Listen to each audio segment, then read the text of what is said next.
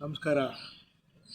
ಕರ್ನಾಟಕದ ಸರ್ವಜನ ಶಾಂತಿ ತೋಟವಾಗಿರುವ ನಮ್ಮೆಲ್ಲ ಕರ್ನಾಟಕದ ಕನ್ನಡಿಗರಿಗೆ ನಿಮ್ಮ ಹುಡುಗ ವಿಜಯ್ ಶಿವಶಂಕರ್ ಮಾಡುವ ನಮಸ್ಕಾರಗಳು.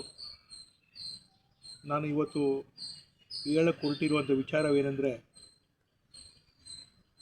ನಮ್ಮ ಕರ್ನಾಟಕ ಸರ್ಕಾರದ ನೂತನವಾಗಿ ಮುಖ್ಯಮಂತ್ರಿಗಳಾದಂಥ ಸನ್ಮಾನ್ಯ ಶ್ರೀ ಡಿ.ಕೆ. ಶಿವಕುಮಾರ್ ಅವರು ಅಧಿಕಾರ ಸ್ವೀಕಾರ ಮಾಡಿಕೊಂಡ್ರು. ತುಂಬ ಸಂತೋಷ.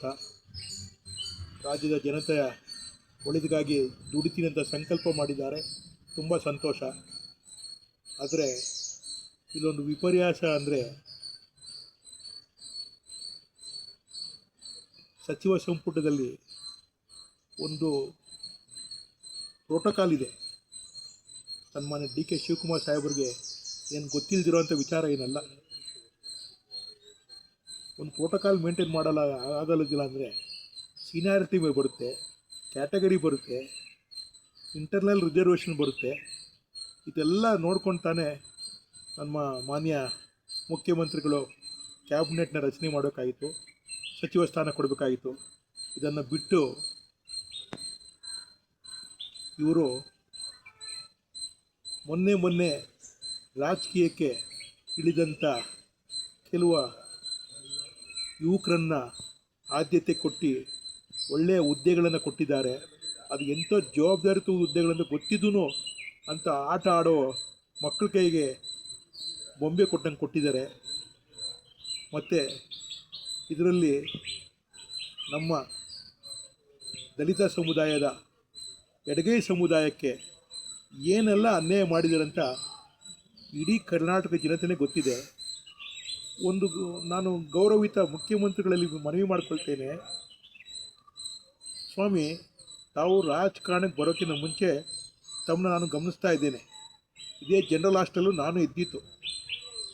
ಎಲ್ಲೇನಾದ್ರು ಮೂರ್ತಿ ಇದ್ದಾರಲ್ಲ, ಎಲ್ಲೊಂದು ಮೂರ್ತಿ, ಅವರ ಒಂದು ಗರಡಿಯಲ್ಲೇ ನಾನು ಬೆಳೆದಿತ್ತಾಗ. ಆದರೆ ತಾವು ರಾಜಕೀಯದಲ್ಲಿ SJRC ಕಾಲೇಜ ವಿದ್ಯಾಭ್ಯಾಸ ಮುಗಿದ ಮೇಲೆ ತಾವು ತಮ್ಮ ಊರಲ್ಲಿ ಏನೆಲ್ಲ ಮಾಡಿದ್ರ, ರಾಜಕೀಯಕ್ಕಾಗಿ ಏನೆಲ್ಲ ದುಡಿದ್ರ, ಹೋರಾಟಗಳನ್ನ ಮಾಡಿದ, ಭಾಳ ಸಂತೋಷ. ಇವತ್ತು ಈ ಒಂದು ಮುಖ್ಯಮಂತ್ರಿ ಸ್ಥಾನ ಸಿಗಬೇಕಾದ್ರೆ ನಿಮ್ಮ ಹಿಂದೆ ಹಲವಾರು ನೋವಿದೆ, ಹೋರಾಟದ ಒಂದು ಶ್ರಮವಿದೆ ಅನ್ನೋದು ನಮಗೆಲ್ಲ ಗೊತ್ತಿದೆ. ಅದೇ ರೀತಿ ನಾನು ನಮಗೆ ಪ್ರಶ್ನೆ ಮಾಡ್ತೀನಿ, ನಮ್ಮ ಎಡಗೈ ಸಮುದಾಯದ ಸನ್ಮಾನ್ಯ ಶ್ರೀ KH ಮುನಿಯಪ್ಪಾಜಿರವರು ಏನು ಮಾಡಿದರು? ಏನಕ್ಕೆ ಅವ್ರಿಗೆ ನೀವು ರಾಜಕೀಯದಲ್ಲಿ ತುಡಿಬೇಕಂತ ಮುಗಿಸ್ಬೇಕಂತ ಏನೋ ಯೋಚನೆ ಮಾಡಿದ್ದೀರಾ? ಅವರ ಒಂದು ಸೀನಿಯಾರಿಟಿ, ಅವರ ಒಂದು ಅನುಭವ ಇಡೀ ದೇಶಕ್ಕೆ ಬೇಕಾಗುತ್ತೆ ಮುಂದಕ್ಕೆ. ಅಂಥ ಒಬ್ಬ ಅನುಭವ ಜೀವಿ ಸಚಿವರು ಅವರು.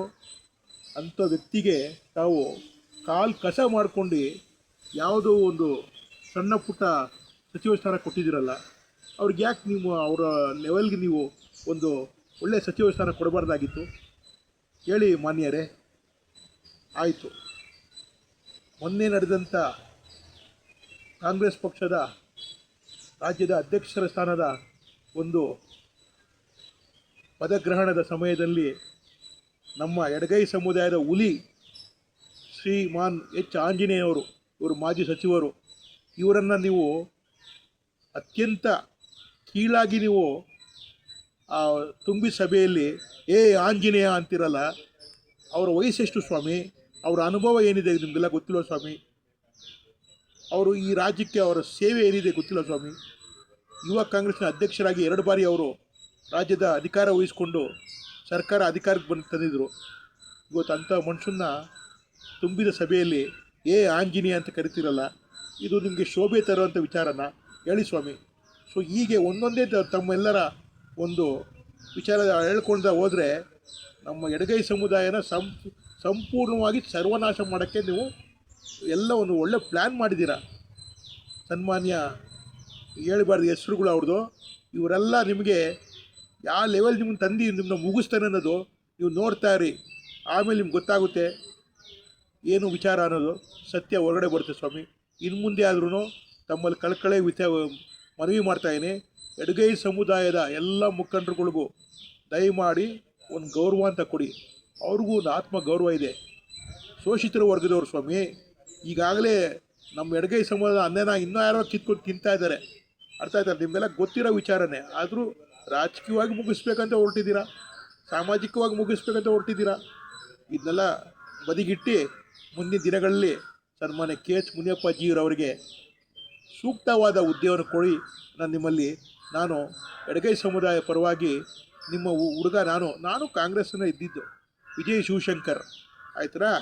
ದಯಮಾಡಿ ನನ್ನ ಮನೆಯ ಕುಟುಂಬದ ಜವಾಬ್ದಾರಿ ಮೇಲೆ ಹೊತ್ತಿರೋದ್ರಿಂದ ನಾನು ರಾಜಕೀಯದಲ್ಲಿ ಈಗ ಪಾಲ್ಗೊಳ್ತಾ ಇಲ್ಲ. ಆದರೂ ದಯಮಾಡಿ ತಮಗೆ ಕಳಕಳಿ ಮನವಿ, ನಮ್ಮ ಕೆ ಎಚ್ ಮುನಿಯಪ್ಪಾಜಿರವರಿಗೆ ಯಾವ ಕಾರಣಕ್ಕೂ ಅಸಡ್ಡೆ ತೋರಿಸಬೇಡಿ.